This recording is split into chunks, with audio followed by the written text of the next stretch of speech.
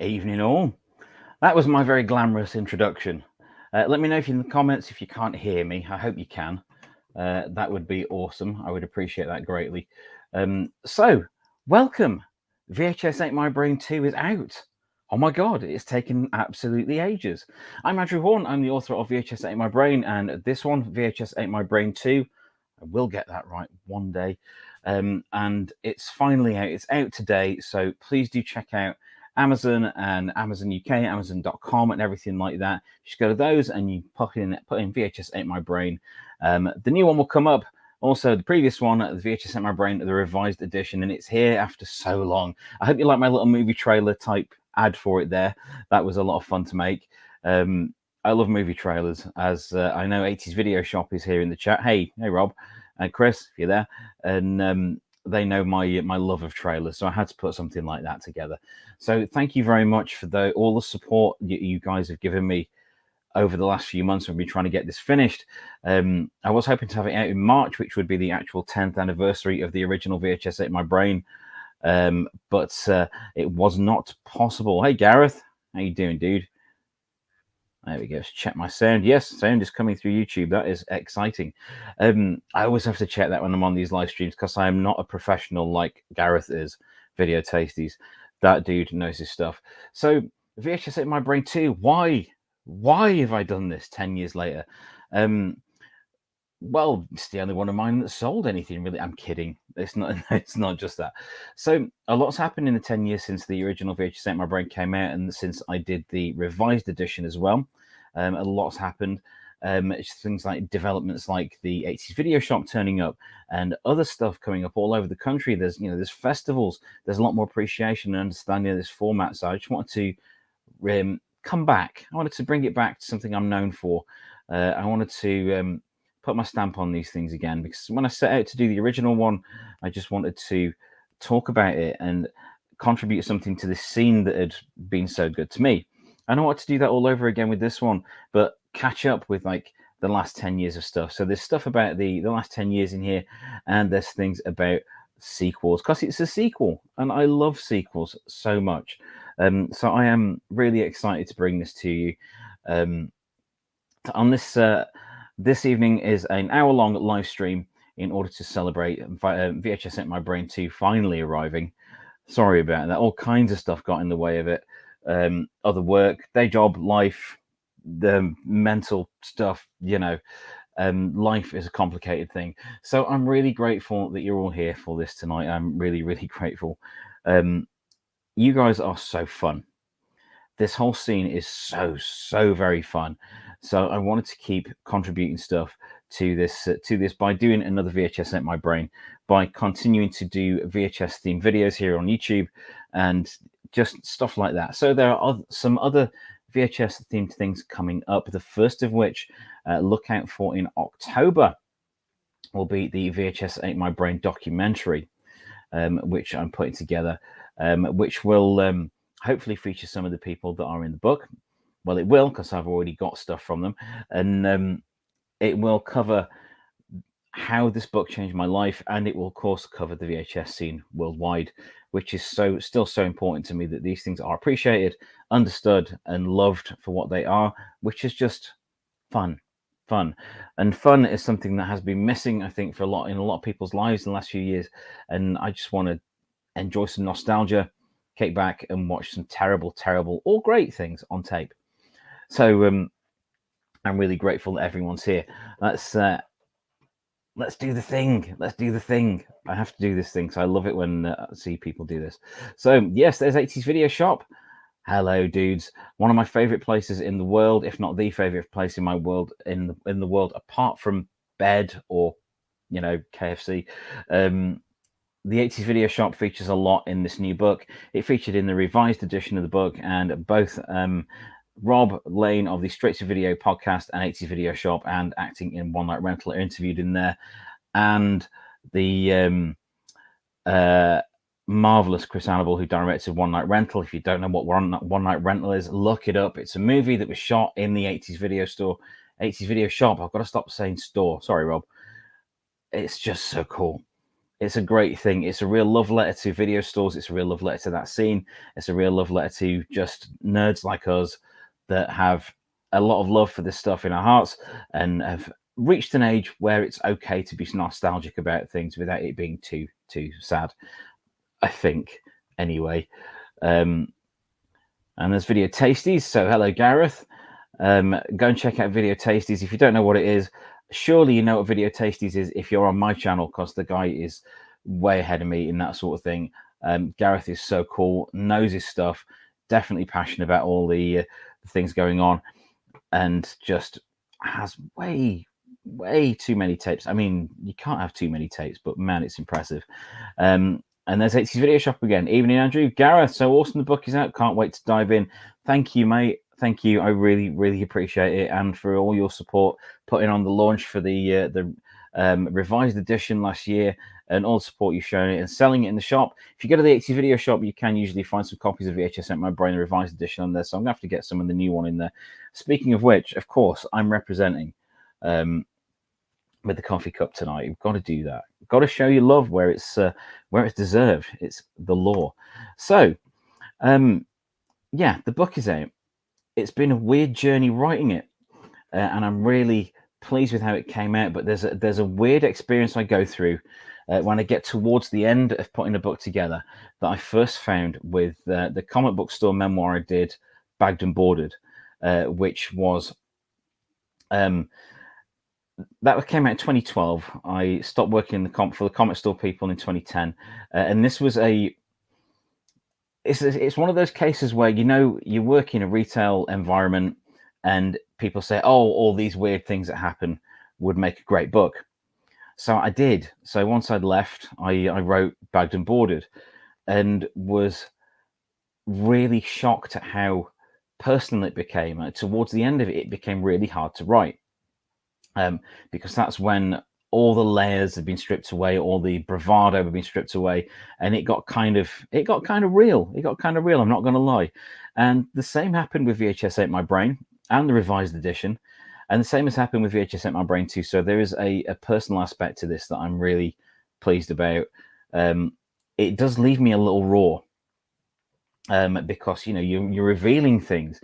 One of the aspects that is talked about in VHS Ate My Brain 2 is the emerging understanding of my own neurodivergence. I have ADHD, and it affects my life in crazy ways, as I'm sure anyone with the condition will understand. So there's some of that in there, and it's some of me evaluating things that happened in the past, all of which is incredibly deep for a book on tapes. But man, it's important that we mark this journey that we've all been on. Anyone that remembers a video store will no doubt remember nights they shared with loved ones that aren't there anymore, or loved ones they've fallen out with, or exes that they wish that some things had gone differently. So the shared memory of video stores is something that is quite powerful, I think, because it is one of those markers along the way in life where we are able to think back and think, okay, I remember holding this copy of, I don't know, Romancing the Stone, and meeting my girlfriend who would become my wife, something like that. I've met a bunch of friends in video stores back in the day, and I miss that sort of accidental meeting of minds. Sometimes I get it in record stores these days. I go to Rough Trade a lot and a lot of other independent record stores, and it's just a really cool thing to do. So those cultural markers along the way are important to me, and they found their way into Bagged and Boarded. They found their way into these VHS books as well. So that's why these things get a little bit real. So there is some content on that in there, but don't worry, there is a ton of stuff nerding out on tapes, nerding out on sequels, evaluating sequels that went well, sequels that did not go well.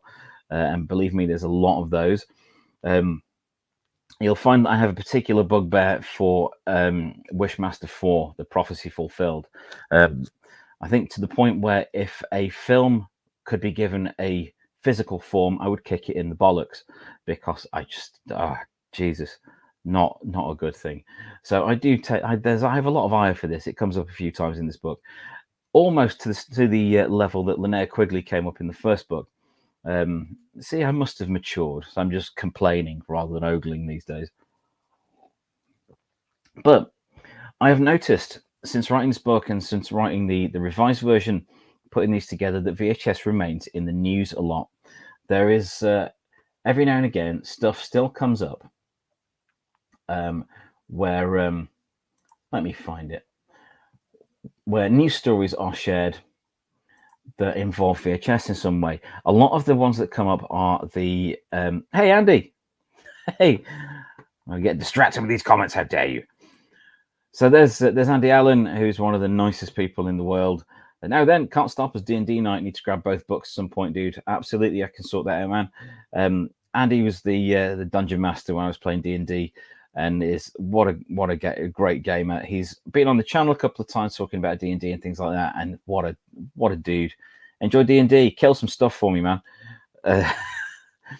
Absolutely. So yeah, things still keep getting mentioned. Most of the things that get mentioned, most of the news stories come up involve the value or the apparent value of tapes, and that is not always the case with a lot of tapes. Let's find some here. So this piece came up. See, Gareth, I'm still learning how to use this stuff. So this piece came up on Surge Radio that I found. This is the 2nd of August, so it's only recent. 25 rarest VHS tapes and how much they're worth. And as soon as I see that sets my alarm bells ringing. Because it's like, oh, are they though? Or are you just finding stuff that's signed and belonged to cast members, like with the Back to the Future? So let's have a look here.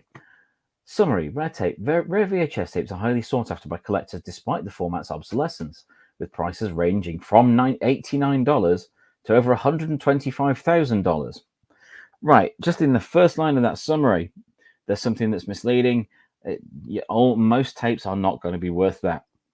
With prices ranging from $89, you can find tapes much cheaper than that. Even rare ones you can find much cheaper than that. Take these things with a pinch of salt.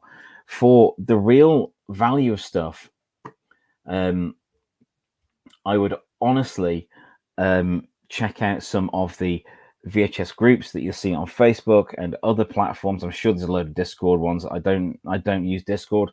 It's too much bombardment of information.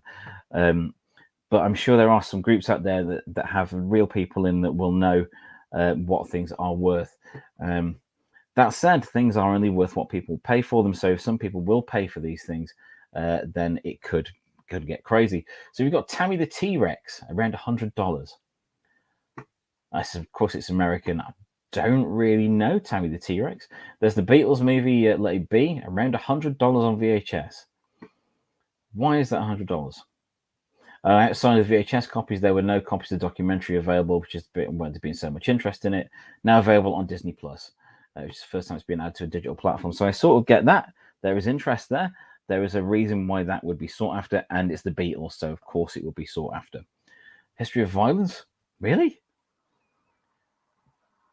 Oh, of course, that was the last one. So History of Violence, that was the last VHS tape released as a mass market movie.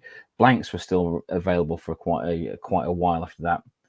And Batman Forever for Your Consideration tape. I love Batman Forever. What's this? What's this one? Oh, For Your Consideration tape, Batman Forever sold for that amount. These tapes circulated to Oscar voters, which meant they were limited supply. That I understand. So it's something you have to. Gareth got the Beatles tape, dude. Not sure if you're selling, but you know that you could get some moolah from that, man. So I get that. I get the Batman Forever one. I get the Beatles one because they were in limited supply. These are not mass market tapes. If you have like a box of mass market tapes, you know, widely released ones in your loft, before you chuck them all out on eBay, go and look at finished auctions, that sort of thing, to see if anything has actually sold and what for. You will get something for them. You maybe get like a 5 or a 10 for some of them, but a lot of tapes will not be ridiculous values. Although what else they got? They've got Texas Chainsaw. Yeah, I get that one. There's the Disney ones here. There's a bit of a grey area for me, Disney, because I'm not a huge Disney fan, but I get that a lot of these tapes are quite sought after. But some of them are said to be worth thousands and thousands and thousands, and that is often not the case. Again, not the case. So do make sure you check out what things are actually sold for in different places. What else have we got? Evil Dead with the UK variant cover. Yeah, that one was quite sought after. Sealed copies of the Fast and the Furious with a watermark. $400. Okay. WCW Bash at the Beach. What else have we got here? Halloween 1978 release with uncorrected typos. See, I get that one. That's a rarity. Yeah, that was more like it. That makes sense because there is something to distinguish it from the one that everyone else has got. If you've got one with typos on it, that's a really cool thing. I like that a lot. Such as the first few people that bought the VHS Ate My Brain revised edition in like the first like 10 minutes of it being up. There was a grammatical error on the back of it, which I changed. So you have a rarity if you bought it like within the first few minutes. I'm not telling you what though. Okay, so the Halloween tape talked about there is the media one, so that's got some cool stuff. That is a cool one. Yeah, of course, Tales from the Quadhead Zone. Tales from the Quadhead Zone. Around $700. I know one sold for like $666. I think that was Earl Kess, who is the guy that started the Horror VHS Collectors Unite page on Facebook, the legendary Facebook page that brought me into the scene and made me aware of things like adjust your tracking and all that sort of thing. And Tales from the Quadhead Zone is a shot on video horror movie, which is. It's not good. It's an anthology like a very cheap Twilight Zone, and by cheap I mean pocket change. 50p for the meter sort of budget. So I can understand that one being very sought after. If you want to read about stuff like Tales of the Quadhead Zone, Tales from the Quadhead Zone, and other things like 555 or Cannibal Campout and all that sort of thing, I hugely recommend. Oh, get it in the light, or it says anal. Analog Nightmares, the shot on video for horror films, 1982 to 1995. This is a beast. I have mentioned this on the channel previously, but invest in a copy of this. I think mine was about 20 quid. It was not a huge thing, but this is packed with insane films that you may not have heard of. Some that you will have, but if you want to read about things like Tales of the Quadhead Zone, definitely check that out. So that one's genuine. That one is genuinely inexpensive tape. What else have we got? Twister, if you like. Sealed copies of the 1982 Star Wars release. I get that. The Little Mermaid, yes, with the band cover. We know that one with the aubergine. Original Wrapped Back to the Future tape. Beauty and the Beast Black Diamond. The Black Diamond's 10,000 and up.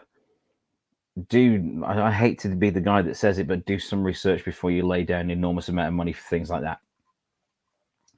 Cars Top Gun Pepsi variant. Run out of Pepsi. That makes me thirsty. Fantasia. 20 grand for Fantasia. See, it is all down to the individual with that sort of thing. But then you've got stories like this one where a man finds a VHS he made for his wife in high school. Shock when she watches it back. This is an example of a VHS being used as VHS as a cultural, historical artifact. I'm not showing the screen. Hang on a sec.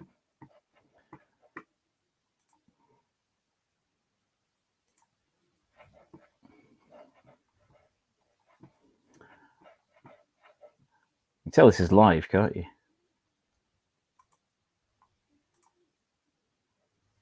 There we go. So this is a story about a man found a VHS tape that he made for his wife in high school. Shock when she watches it back. So this is more a strange experience for someone that is seeing the past.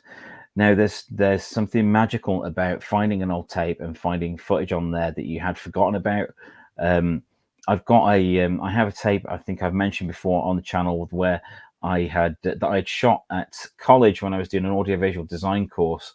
There they are, bless them. I did an audiovisual design course at school, sorry, college, and there was a project that was all about friendship, and the brief was to demonstrate friendship on tape. This is when it was still tape. This was at Norton College in Sheffield, which had, I don't know if it still has, it had a TV studio in it, which was like my favorite place at the time. It was so good. So what we did, me and a bunch of friends filmed ourselves arsing around for 5 hours, close to 5 hours. So we had to put the tape on long play. We had to put it on long play.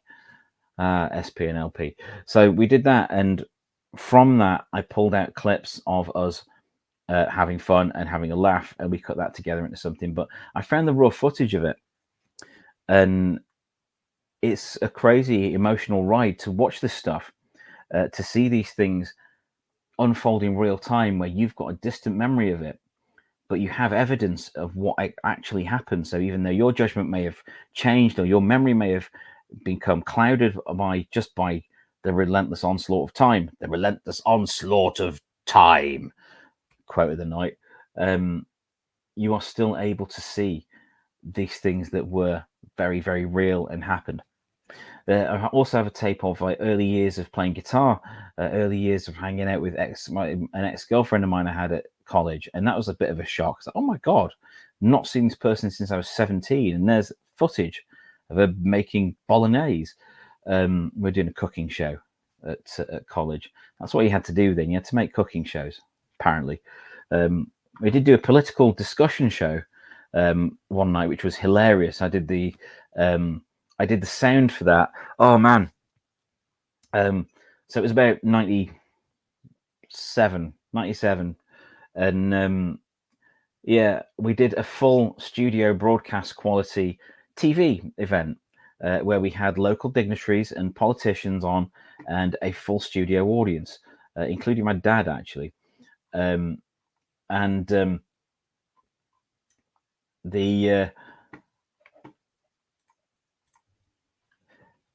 my dad, and the audience got into it. The panel got into it. The people that were discussing got into it, and it became one of those proper political heated discussions. And I was in the sound booth upstairs. So I was in a soundproof sound booth with the mixing desk, and I had tapes queued up with music on that I'd made. That was awesome. That was a nice feeling. And my intro and outro music and sound effects and things for the moving between scenes. And I was really intent on the work and really enjoying it. And I looked over to my side to find in the gallery where all the vision mixing stuff and all the consoles were, a fist fight was going on. And they were arguing so much in there that they had turned violent against each other, the people that were in there. So I was glancing between what I was doing on the mixing desk, which was relatively simple, just making sure people's microphones were at the right level, and looking over and seeing people beating the crap out of each other. And it stayed with me forever, that. So I've always enjoyed sound engineering, because it keeps you away from all that. That was entertaining. That was entertaining for me, mainly because all the people in there I hated. College was awful. It was awful. I hated everyone. But we grow and we win. We win. And then we put books out about tapes that relentlessly stick to nostalgia. But that is what we do. Speaking of which, remember, VHS Ate My Brain 2, The Revenge, is out now on Amazon around the world. Isn't it shiny? I stayed up far too late last night making sure it went live, because I was a bit worried that it wouldn't go live, and I'd done all these advertising things, I'd done all this social media stuff, and I was worried that it wasn't going to go up at all. but then it went up and I slept and I felt dreadful all day. So, as the blurb says here, VHS Ate My Brain 2, The Revenge, just when you thought it was safe to dismiss physical media. VHS Ate My Brain 2, The Revenge is here.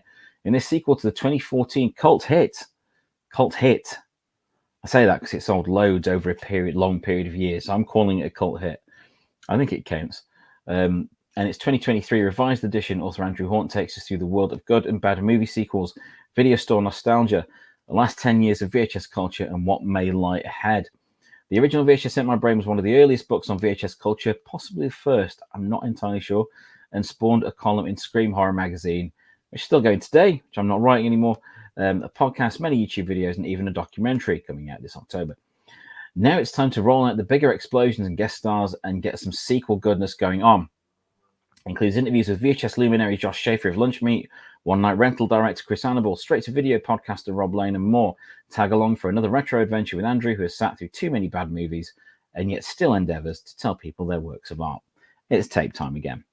So my various slogans are in there, so thank you for bearing with me there. So it's $7.99 in the UK, and it is at the same price around the world. Monetarily, so there are some weird amounts that it is if you look on other Amazons around the world. Back cover looks like that. It's got my face on it. I put about half a stone on since I took that photo, so I need to lose that again. So yes, that is out now. Remember, that is out now. I would appreciate that, because slaving over this file for months on end will all be worth it then.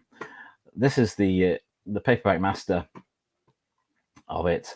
So there's, I'm not showing you everything now because you'll read the book, but of course it opens with this photo by Rob Lane. So cheers, Rob, for that. In the 80s video shop, holding the previous version of holding the later version of VHS Ate My Brain. So please do check that out. It went through so many revisions due to some issues of formatting and some of the content. I needed to redo some of the content and add things here and there and make things make more sense and so on, and make them more personal. And it went through 24 iterations once I'd got the final version, which then led to me getting a physical copy of it, as you can see here. This is the only physical copy that I have so far, but I will get some more soon in case anyone wants one directly, or if I do a show or anything like that. So there's VHS Ate My Brain 2, The Revenge there, and it has the not for resale proof sticker on it. So this is the proof I went through with a marker. You see this, you can't really see, but there's yellow highlighters here and there where I need to update things. There's lots of images from the collection again, and there's also some images I made of a fictitious video store that I have in my head, that I like to have in my head, which is called Video Variety. And there's a photo of it there. And in the book there are various little images, like little signs and membership cards and stuff to check out in there. And of course this one is available too. VHS Ate My Brain, revised edition. Thank you very much. Right. While I go and look at the next news story that I've got open here, which I found interesting, could anyone watching this live do me a favor and put their favorite sequel in the chat? That would be great, and we shall have a word about those favorite sequels, tell people how wrong or right they are. So pop those in there, and I'm going to take you to the next news story. So this one here that I've found, this sounded right up my street. Which is people are reminiscing about random movies they repeatedly watched as kids on VHS, and I can relate so much. I get this. This is over on Cinema Blend. So this is something where a lot of people that remember VHS remember specific films, watching things over and over and over again, because that was a favorite that they had in the house. Be it something, a big name one like Back to the Future or Goonies or something like that, or something low budget. And for me, it was always the low budget ones that I always went back to. I remember one that I had that pops up on eBay now and again called Vampire Nights with a K. That was about some vampires that crash a party. It was cheap and it was terrible. But I watched it dozens of times, absolutely dozens of times, because it had a thing I liked. It had that eighties vibe about horror and stuff like that, and it had low key stuff, and it had um, like a rock and metal overtones to it. So it was right up my street. But people here are reminiscing about random movies they repeatedly watched as kids on VHS. I can relate so much. So they brought up some Disney ones, like Robin Hood and stuff like that. Someone here has put, for me, it was the Rankin and Bass animated Hobbit film. None of my friends knew or cared about Hobbits until Fellowship came out when we were 15. Felt so good to be vindicated after years being a nerd. See someone suddenly, everybody suddenly start giving a shit about DC, Marvel, Star Wars, and Lord of the Rings. Yes, yes. I am, as I mentioned, worked in a comic shop for years. So of the generation where the thing for us was the original media for it. It was the comics, it was the toys, the graphic novels, the action figures, the books. And then these things became huge. And then these things became so huge they completely eclipsed everything else. Remember how massive Lord of the Rings was when it was originally released. 2001, it became absolutely gigantic. And this is 50 years after it was written. And same with like all the Marvel stuff. I never thought I would see Iron Man of all characters become a huge success. But then that laid the groundwork for the MCU as we know it. Granted, it came about in a very weird order, because the original ones that you'd want to see, Spider-Man and the X-Men, were owned by Sony and Fox.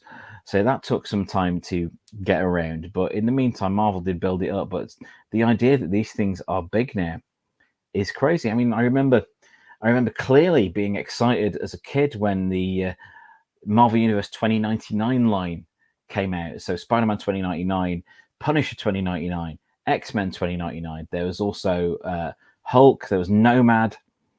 I think it was a Ghost Rider. But I remember a bunch of them. And the thought that those, which had long since faded into obscurity, are now known about. Well, at least Spider-Man 2099 because he was in the Spider-Verse stuff. And that was just crazy that these things are even in the awareness. You know, what next? We're going to see Death's Head and Circuit Breaker. I'd love to see those personally. But this really got to me, where people are talking about reminiscing about old movies, because I could do this until the cows come home. All Dogs Go to Heaven and American Tail, Fievel Goes West. I remember seeing those. Yeah, there we go. There's triple here. There's three straight away here. Labyrinth, The Princess Bride, and Spaceballs. You can't go wrong with any of those. Those are great fun. Video Tasties. Gareth says Maniac Cop 2. I get that. I like the Maniac Cop movies. Not a big fan of the third one, but I love the first two. They are a lot of fun and eminently rewatchable, just because they are crazy fun. Anyone else got a sequel? Do let me know, and we shall mention that. See, I can't knock that, Gareth. Normally, I try and say something wise, or be a wise ass about it, or say something sarcastic, but I can't because you have impeccable taste. I say that as someone that really likes Mannequin, so I can't really say anything about anyone having taste. But what else are they mentioning in here? Matilda. Matilda is a good example, actually, because I watched that many times with the kids, and it came out in like 1996, so it came out way before my sons were born. But it's something that was very beloved to them when they were smaller, and as such, it became very beloved to my wife and I as well. It's really special, that sort of thing. Here we've got a story where a moment that changed me, the VHS tape that helped me face my father's shocking early death. Now, it's a bit more of a somber piece. It's over on The Guardian. It's from the end of July. And it's all about a guy being able to revisit some moments with his lost dad. And that is amazing. Think of the power of that. Think of the power of being able to see that again. I mean, there's a lot of things on YouTube where there was a channel. Oh God, what's it called? It might be that Retro Life, which is ironic since I started a book called that, where a dude has been uploading for many years videos from holidays. So stuff like when he's gone to the beach with his parents and things where he's gone to old arcades and stuff like that. And this is so cool because you are able to see these things as they were. And that is just magic. Rather than just seeing a photo or a reproduction of it in, say, like a museum. These things are in museums now. It's really cool to see how they were being used and how they were operating at the time back in the day. And that is really, really cool. And like with the guy that found the footage of his dad, it's an incredible thing to be able to revisit events as they happened. And this was really the first generation when VHS came up, cameras and so on. This was the first generation that was able to really capture that stuff and hold it for posterity and rewatch it and revisit it. And that's magic. So that's one of the things I really love about this format. Excuse me. So all that aside, all the serious stuff aside, I love really stupid films. And there's nothing wrong with that at all. I love my cheap movies. I love my low budget stuff. I love my shot on video stuff. I love the bad sequels and the good sequels, but I have a lot of time for all of it, really, to be honest. And I'm really grateful that I've had the opportunity to bring it back and that to know that there is an audience for this stuff. I'm really, really grateful for that. So I really appreciate it. On a website here called Talkhouse, my wall of VHS. This is from last October. I've not seen this story before. What caught my eye here, the lady in the image is holding Friday the 13th, the final chapter. It wasn't. Fade to Black. Love Fade to Black. Poltergeist and Lady in White. Love Poltergeist as well. But it was really nice to see these pop up. Now that... so Julia Marches, she's a filmmaker. She showed up in Rewind This. There you go, there's a wall of videos. She showed up in the documentary Rewind This, which is a great VHS documentary. Personally not on a part with Adjust Your Tracking, which is the perfection, which is just perfection to me. But she's in Rewind This, which was great, and she showed off a lot of stuff that was important to her. And look at that. Her wall is color coded. Let's take a look around this wall. So I'm guessing like the brighter ones are more comedy and things. Oh no, he says that and immediately spots Day of the Dead, Gremlins 2. What else can I make out there? There's not loads I can make out. On this one lower down, I can see Legend,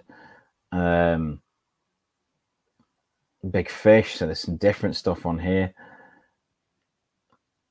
Let's have a look at this dark one that looks more promising. I see a lot of horror tapes there. I see Akira. I see Jurassic Park. So there's some classics there as well. But over on the white one there, I see Carrie and It and a bunch of others. Yeah, that wasn't it. I was far off with the comment saying that the horror will be on the dark one, wasn't I, really? But oh well. Don't hold it against me. So these things are really important to see. These things are really important to see because it is an obsolete format. It is an obsolete format that is long since obsolete, but it still holds such power for a lot of people, and it certainly does for me. Even 10 years on from doing the original book, it still holds that power for me, and it deepens my regret at selling my collection. I did previously. There's the collection as it stands. It's getting there. It's missing like all of my heavy hitters, which I had sold off in the past, but I still have seller's regret on getting rid of a bunch of those that are now worth even more, like Video Dead and Neon Maniacs and stuff like that. But these are tapes I will get back one day if I can find them at a price that doesn't make me cry. But I remember those dearly as being like precious things that I did and ah about selling, and when they sold, it's kind of upsetting. So I can imagine getting them back one day, but you never know. But it has been a pleasure doing this again. It has been a pleasure writing another VHS Ate My Brain book, and I'm will there be any more? There will be more VHS Ate My Brain books. There will not be though. There won't be a VHS Ate My Brain 3, as far as I'm aware. They just won't. That's I think I've said everything I need to in these two books. So with VHS Ate My Brain and the second one, The Revenge, I think I've said everything in the autobiographical sense, but there will be some further VHS Ate My Brain related titles themed around specific things. One that's been long gestated would be Heavy Metal Horrors. So that one, or one that I have started, will come before that. I'm keeping hold of the VHS Ate My Brain brand. It's me, and I love it dearly, and I'm absolutely keeping hold on to that with both hands.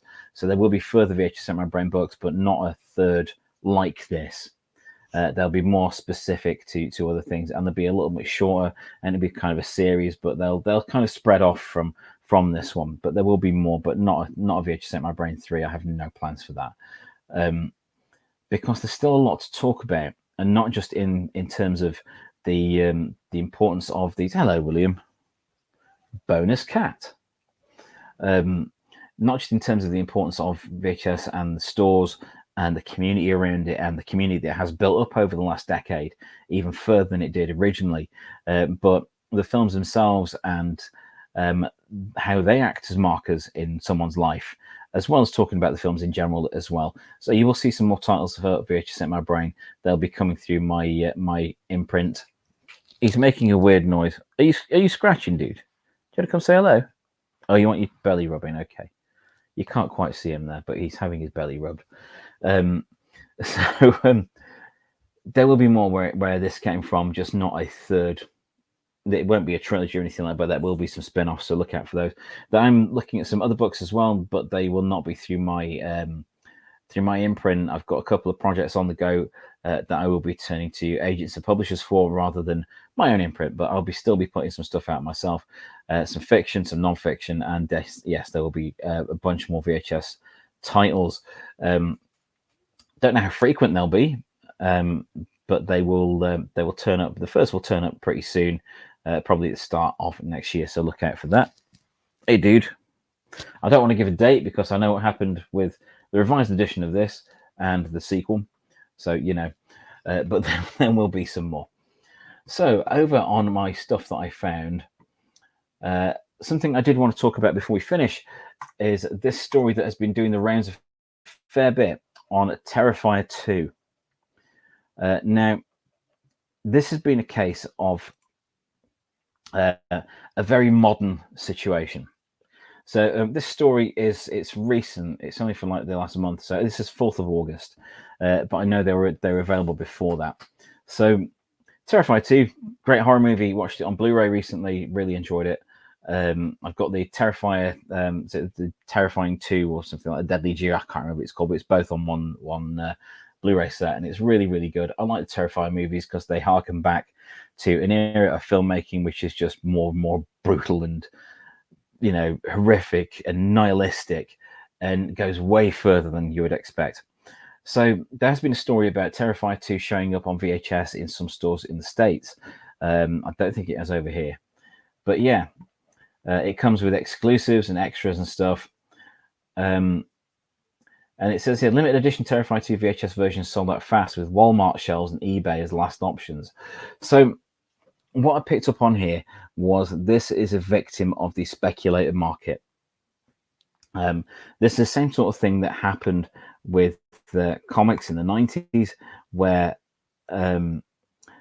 people would buy up tons of copies of something, and indeed in the early 2000s when I was viewing it firsthand, people would buy multiple copies of stuff to the point where we'd have to limit the number of copies of things that people could buy.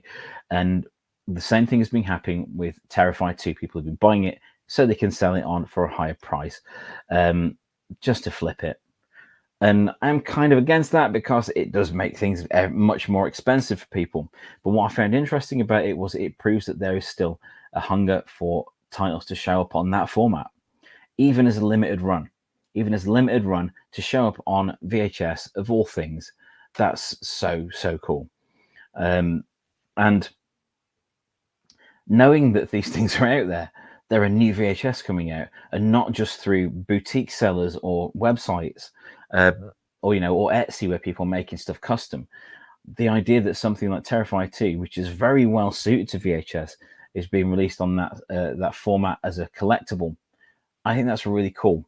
I think that's a really exciting thing. And if people that would like to get new movies on that format, a limited run of stuff that makes sense for it to be on that format, sounds great. What a great idea. I mean, you're never going to go into a store and, a general shop like a supermarket or anything and find one with a copy of Deadly Prey or something like that, or 555, or God, I don't know, Necromantic. Why do I have to bring that up? Necromantic 2 is worse. And just see those on tape. But I like the idea of new stuff coming out like that is VHS adjacent and fits with it. I'd love to see like a VHS series of Stranger Things, maybe the final episode of Stranger Things on VHS. That could be fun. That fits it. That fits with that aesthetic. It fits with the whole thing.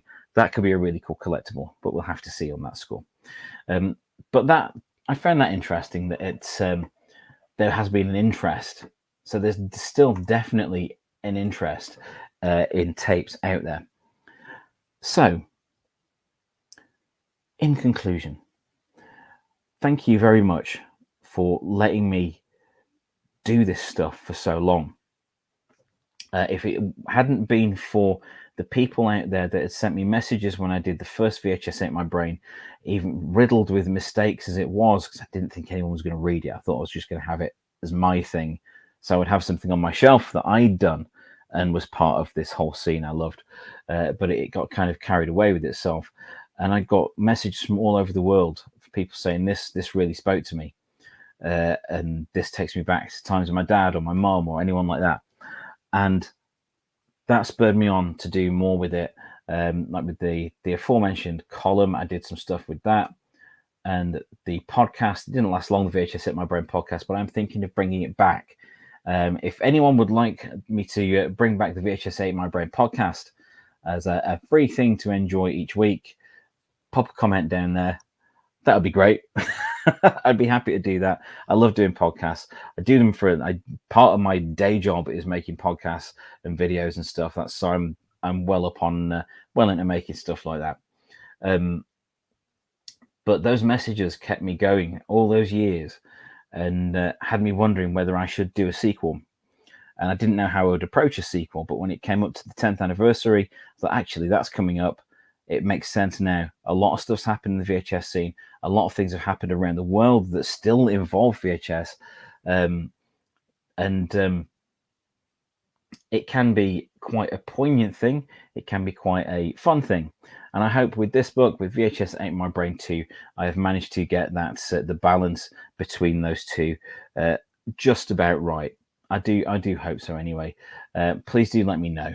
I'm hoping this time, unlike the first book, which the first review of it was 1 star saying this was crap, this is terrible, this man's an idiot. Please don't do that. That would be really appreciated. But he did make a good point in that I'd got the wrong Simon. I made a mistake between Simon Mayo and Simon Bates. So yeah, sorry about that. But I did change it, so I hugely apologize for that. I learned my lesson with that first book and the revised version. When I was doing that, I meticulously went through it, so everything should be fine this time. But it's hard to put these things together. It may seem that stuff just appears, and it's hundreds of pages long, and there's all this stuff that's gone into it. But while I really hope people enjoy reading it. I've tried through my YouTube channel and my social media posts and things like that to show that putting this stuff together isn't always easy. It can be remarkably difficult. Can I reach back to you without turning around? Hey, there you go. Hello, dude. It can be difficult to put together, and it can be difficult to motivate yourself to keep going. So this book is it's like 44,000 words, so it's longer than the original. It's a little bit shorter than the revised edition because I had added like 80 pages of stuff to that. It's a little bit shorter than that, but it's a really good read. I think it's a really good read. and I hope you guys will agree. So yeah, what else can I say but thank you so much for letting me continue to do this stuff, and by buying the original one. That was really good. So please do check out this one.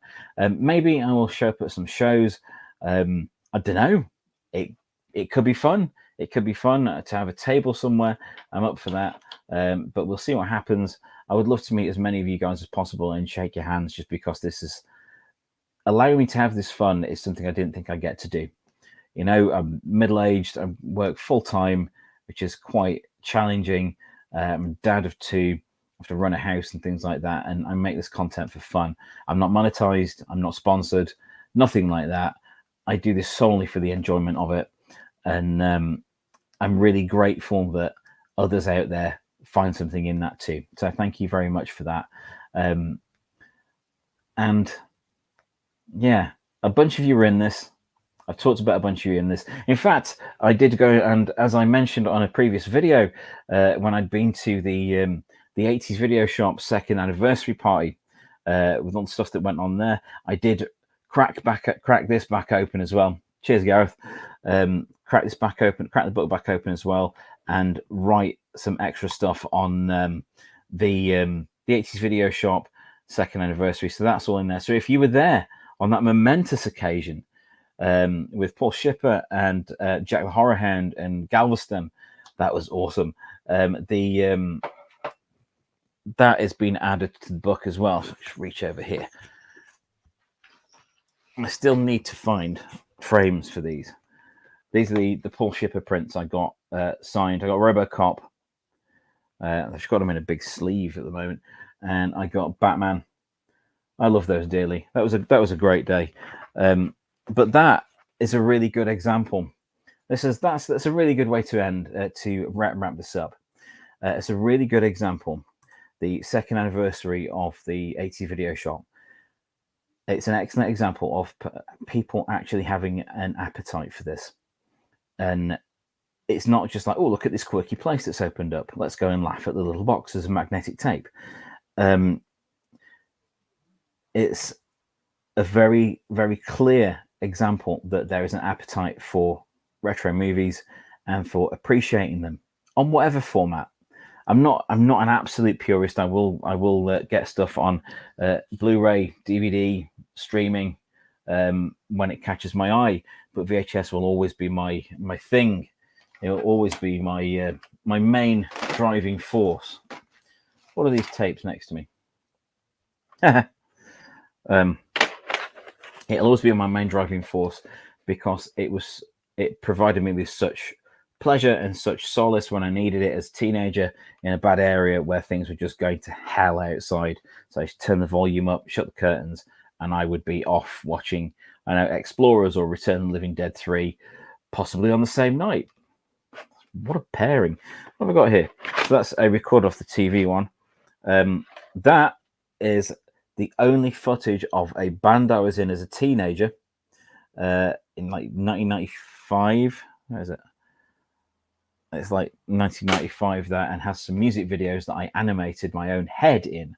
Don't think those will ever see the light of day because I have big hair. And as you know, there's none of that going on. I had lots of terrible hair. But this one, going back to something that I mentioned earlier, yes, I do still have this. My edit tape from 1998, where I would edit things in the edit suite at college. And to think that there's stuff on there that I made as a teenager, which I have revisited it, is amazing. And those tapes that you have in lofts that you record off the TV, they've got all the historical elements in them. They've got all the stuff where you recorded favorite shows, or there's those things that you recorded and it's got friends or family on, birthdays, Christmases, weddings. And you look around those and you see people smiling, having a good time, and they may not be with you anymore. And that's just very, very special that we have that, even though it's low res, even though it's not clear and the sound's terrible and the tracking is all over the place and it looks like you're looking through a blizzard sometimes. These are really important things to have had access to, and being able to make a bit of a name for myself with stuff like this has been a real pleasure, especially as I thought when I thought the best I would get out of my writing career so far would be the music magazine I was with. I was with Power Play Rock and Metal magazine, where I got to interview members of Kiss and Def Leppard and Journey and Anthrax and all kinds of people, Evanescence. Yeah. And I thought that would be like the pinnacle of it, finishing up in 2016 with an interview I did with Joe Bonamassa, and then got to go and hang out with Joe Bonamassa and see him live at the Cavern in Liverpool. That was a really special time. But as the years went on, I mean, the original VHS Ate My Brain came out in 2014. And as the years went on, it just became a bigger and bigger part of my life, because I now I'd given something back to this scene and made something that was relatable.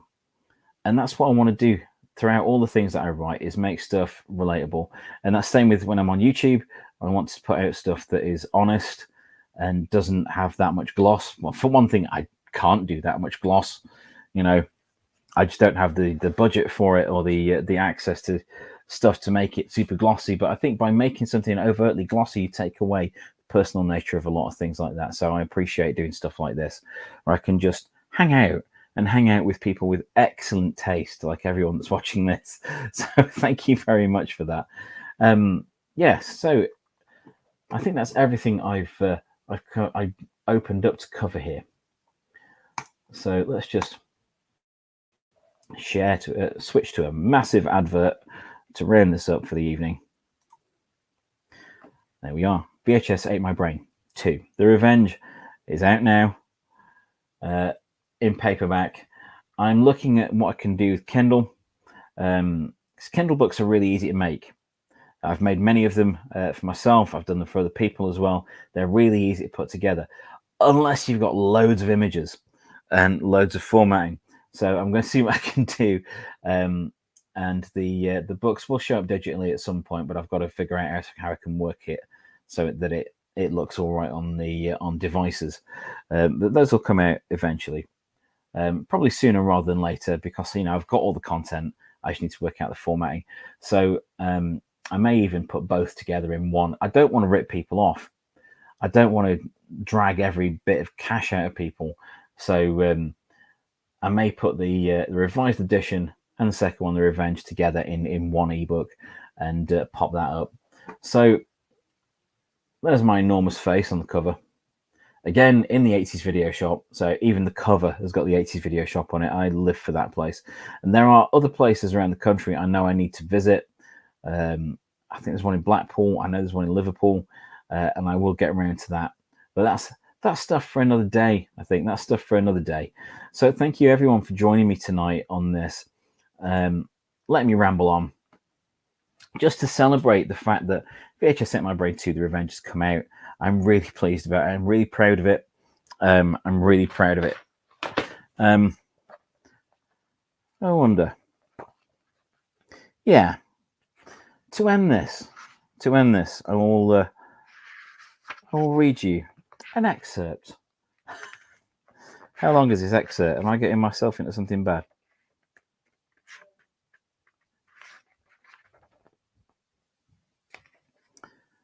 No, I won't, because that's really cheesy. Go buy it. Go buy it. I expect it for free. How dare you? I'm kidding.